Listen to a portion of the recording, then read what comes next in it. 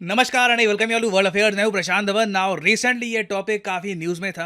पाकिस्तान के prime minister ने एक बड़ी स्टेटमेंट दे दी। इन्होंने यूएसए में जाकर, जी हाँ, यूएसए में जाकर यूनाइटेड नेशंस जनरल असेंबली को अटेंड करने से पहले अमेरिकन्स के सामने ये कह दिया कि जिस तरीके से यूएसए के पास इजराइल है ना, जिस तरीके से यूएसए इजराइल का रिलेशन है, उसी तरीके से चाइना के पास पाकिस्तान है। और ये स्टेटमेंट सुनकर दुनिया तो शॉक हो गई कि ये कैसा कंपैरिजन है। आई मीन, दोनों रिलेशनशिप्स में ज़मीन आसमान का डिफरेंस है। तो दुनिया का रिएक्शन अपनी तरफ था, मगर पाकिस्तान की जो जनता थी वो भी ये सब देखकर काफ़ी सरप्राइज थी कि इनके प्राइम मिनिस्टर ने क्या क्या दिया है। और यहाँ पर आप देख पाओगे article, PM's Israel US comparison ignites social media outcry. Pakistan के लोग ही कह रहे थे कि चाइना पाकिस्तान रिलेशंस को इजराइल यूएस टाइज से आपको को रिलेट करने की ज़रूरत क्या थी। और मैं चाहता हूं जो ये छोटी सी एक क्लिप है इनकी 22 सेकंड की, ये आप देखें, फिर आगे बढ़ते हैं। We are very clear that there are people who would qualify Pakistan as China's Israel.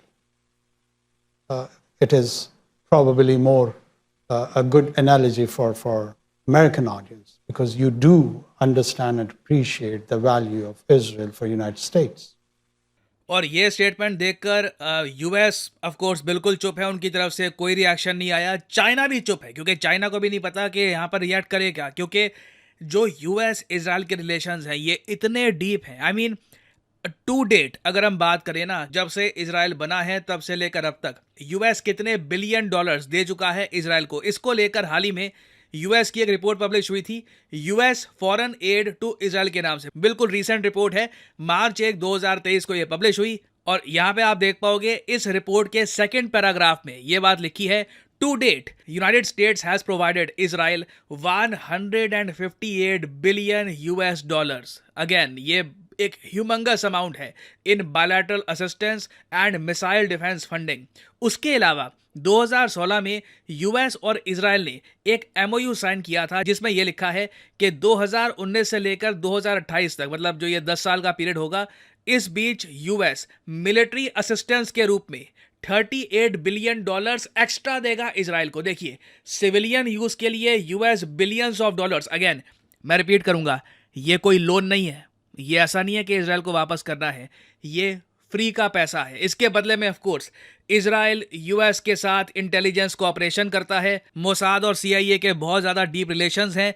जो यूएसए के इंटरेस्ट हैं मिडल ईस्ट में, सीरिया को लेकर, इराक ईरान को लेकर, उसे भी इजराइल आगे फॉरवर्ड करता है। तो वो सब बातें अपनी जगह है, मगर आप लेवल देखिए दोनों की पार्टनरशिप का, कि फ्री में बिलियंस ऑफ डॉलर्स इजराइल को दिए जा रहे हैं बाय अमेरिकन्स। उसके अलावा आप अगर हॉलीवुड में देखो, इतने सारे जूइश एक्टर्स मिलेंगे, डायरेक्टर्स मिलेंगे, कई लोग हैं जिनकी फैमिली हिस्ट्री जाती है इजराइल से। तो ना सिर्फ government to government, people to people relation भी इतने डीप हैं। आपने काफ़ी बार देखा होगा जब भी यूएस प्रेसिडेंट्स जाते हैं इजराइल में, जो उनकी होली वॉल है उसको टच करते हैं, और जो जुदाइज्म रिलीजन है उसको रिस्पेक्ट किया जाता है। तो ऐसे रिलेशन से आप पाकिस्तान चाइना का रिलेशन कंपेयर कर सकते हैं। एक ऐसा रिलेशनशिप जहां पर लिटरली चाइना ने पाकिस्तान को एक डेड ट्रैप में फंसा दिया है। अब वैसे पाकिस्तान के लोग एक टाइम पर यह बात नहीं मानते थे, अब पाकिस्तान के लोग ये भी समझ गए हैं कि रिसेंटली पाकिस्तान की मिलिट्री ने जिस तरीके से इमरान खान को हटाया, अब जेल में फेंक दिया है, उसके पीछे चाइना की कंप्लीट बैकिंग थी।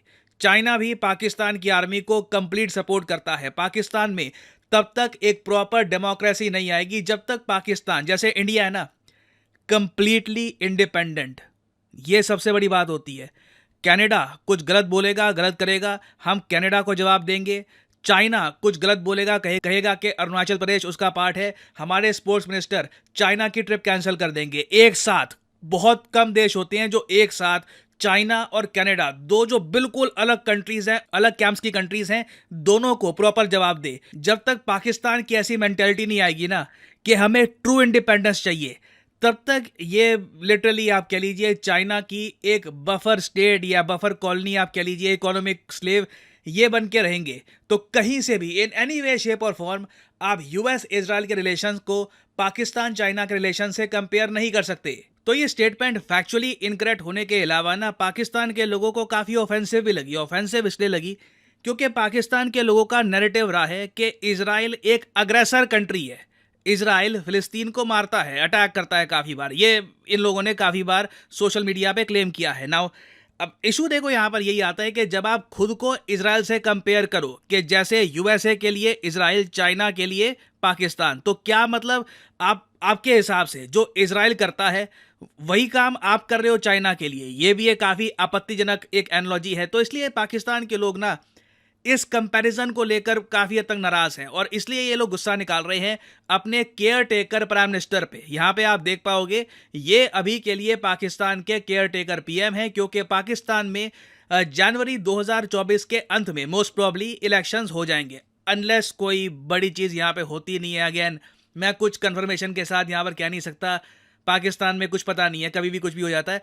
तो जनवरी 2024 तक अभी के लिए फॉर द टाइम बीइंग इनका शेड्यूल है कि इलेक्शंस ये लोग करवाएंगे। तो इलेक्शन से पहले ऑब्वियसली जो करंट सिटिंग प्राइम मिनिस्टर थे शहबाज शरीफ, इन्होंने अपनी कुर्सी छोड़ दी और एक केयर टेकर प्राइम मिनिस्टर को अपॉइंट किया गया। नाउ इस केयर टेकर पीएम का जो टेन्योर है छोटा सा, उसमें कोइंसिडेंटली जो यूएनजीए है, यूनाइटेड नेशन जनरल असेंबली, उसकी मीटिंग भी आ गई। तो एक कोइंसिडेंस आप कह लीजिए, जैसे यूएनजीए की मीटिंग आई इनको यहाँ पर जाना पड़ा। और बिल्कुल जिस तरीके से पाकिस्तान हमेशा यूनाइटेड नेशंस जनरल असेंबली में कश्मीर का मुद्दा उठाता है, इन्होंने भी ये सब किया वहाँ पर। ये कहा कि इंडिया पाकिस्तान के बीच में कश्मीर का इशू बना हुआ है, रिजॉल्व करो।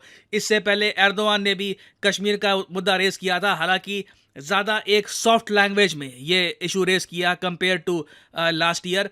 मगर फनी बात यह है कि जम्मू कश्मीर के बारे में जो भी इनकी स्टेटमेंट थी यहाँ पर, ये बिल्कुल इनके लोगों ने इग्नोर कर दी है। सारा फोकस चला गया है इनकी स्टेटमेंट पर about Pakistan and Israel. Now मुझे यहाँ पर एक बात और ऐड करनी पड़ेगी। इवन दो पाकिस्तान की पब्लिक ने इनके प्राइम मिनिस्टर का जो ये कश्मीर वाला इशू इन्होंने रेस किया है यूएन में, इसको इग्नोर कर दिया हो, इंडिया इसको इग्नोर नहीं कर सकता। तो जिस तरीके से यूनाइटेड नेशंस जनरल असेंबली में जब भी एक लीडर किसी और कंट्री के बारे में बात करता है तो उस कंट्री को एक राइट टू रिप्लाई मिलता है, तो इंडिया ने राइट टू रिप्लाई में बहुत ज़्यादा शार्प आंसर दिया पाकिस्तान को। हमारी तरफ से सीधा सीधा ये कहा गया, कश्मीर का इशू रिजॉल्व करवाना है, वेकेट पाकिस्तान ऑक्यूपाइड कश्मीर, अपनी आर्मी पीओके से पीछे ले लो, टेररिज्म जल्द से जल्द रोको। और साथ में ये भी कह दिया कि दुनिया में सबसे ज़्यादा खराब ह्यूमन राइट्स का रिकॉर्ड है पाकिस्तान का। तो इंडिया की तरफ से जो जवाब आया ना, इट इज़ वेरी, आप कह लीजिए, टू द पॉइंट। और पाकिस्तान पीएम की ये जो पूरी विजिट थी यूएस की, ये जो यूएन जनरल असेंबली को संबोधित करना था वगैरह, everything has been a disaster, complete आप कह सकते हैं पीआर डिजास्टर हुआ है। और इंटरेस्टिंग होगा देखना कि वेस्टर्न मीडिया जो ये स्टेटमेंट है इनके पीएम की कि हम लोग चाइना के इजराइल हैं, इसको कैसे इंटरप्रेट करता है। अभी के लिए मैं देख रहा हूँ वेस्टर्न मीडिया इस कमेंट को इग्नोर कर रहा है, almost as a Pakistan as a country उसकी कोई इंपॉर्टेंस बची नहीं है। बट मैं यहाँ पे आपसे पूछना चाहूँगा, क्या आप लोग जेन्युइनली मानते हैं कि पाकिस्तान चाइना के रिलेशंस को यूएस इजराइल रिलेशन से हम कंपेयर कर सकते हैं? अगर नहीं तो आप किस रिलेशन से आप कंपेयर करोगे पाकिस्तान चाइना का जो रिलेशन है जियोपॉलिटिकल कंटेक्स्ट में? अगर हम बात करें तो ये रिलेशनशिप को आप कैसे कंपेयर करेंगे? लिखेगा इसके बारे में कमेंट सेक्शन में, मैं जानना चाहूँगा आपकी ओपिनियन। और फाइनली यहाँ पर मैं ये भी ऐड कर दूं कि कल सुबह 11 बजे अनअकैडमी का free of cost combat test है।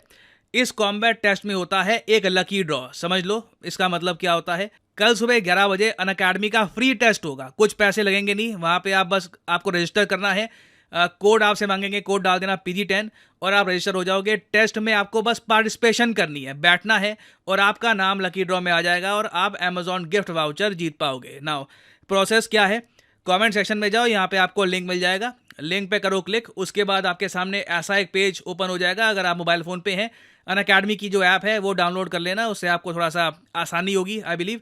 और फिर एनरोल नाउ पे क्लिक करके आपको बस यहाँ पे कोड डालना है PG10 और जो टेस्ट है उसके लिए आप हो जाओगे एनरोल।